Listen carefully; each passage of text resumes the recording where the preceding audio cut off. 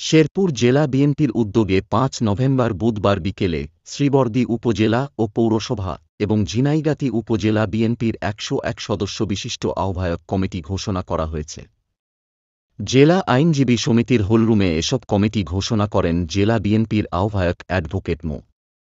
সিরাজুল ইসলাম এবং সদস্য সচিব এবিএম মামুনুর রশিদ পলাশ। ইউনিটের নাম আহ্বায়ক সদস্য সচিব শ্রীবরদী উপজেলা বিএনপি মো. আব্দুর রহিম দুলাল, সাবেক সভাপতি মো. আব্দুল্লাহ আল মামুন দুলাল। শ্রীবরদী পৌর বিএনপি ফজলুল হক চৌধুরী অকুল, সাবেক উপজেলা ছাত্রদল সভাপতি এস এম সোহান। ঝিনাইগাতী উপজেলা বিএনপি শাহজাহান আকন্দ কমিটি ঘোষণা অনুষ্ঠানে জেলা বিএনপির আহ্বায়ক অ্যাডভোকেট মো.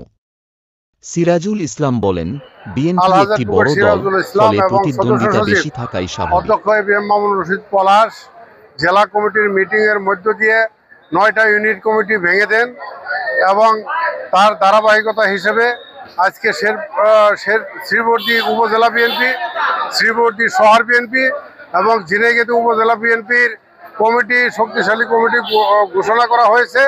যে কমিটি ঘোষণা করা হয়েছে আমাদের দেশনায়ক তারেক রহমান এবং আমাদের দেশনেত্রী বেগম খালেদা জিয়া সারা বাংলাদেশে 37টি আসনে যে নমিনেশন ঘোষণা করা হয়েছে আপনারা ইতিমধ্যে অবগত হয়েছেন।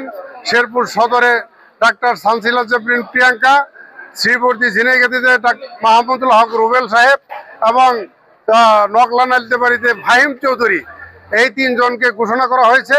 শক্তিশালী ঘোষণা করার মধ্য দিয়ে, এই কমিটি করার মধ্য দিয়ে আমরা যাতে শেরপুরে আগামীতে ধানের শীষের 3টা আসনই দেশনেত্রী বেগম খালেদা জিয়া এবং পার্টির অ্যাক্টিং চেয়ারম্যান যারা তারেক রহমানকে উপহার দিতে পারি, এটাই আমাদের অঙ্গীকার। এবং ইনশাল্লাহ আমাদের জনগণের কাছেও সে প্রত্যাশা যে একক প্রার্থী বিএনপির ঘোষণা হয়েছে, আমরা নেতা কর্মী এবং জনগণকে সাথে নিয়ে এই 3টা আসনই দেশনেত্রী বেগম খালেদা জিয়াকে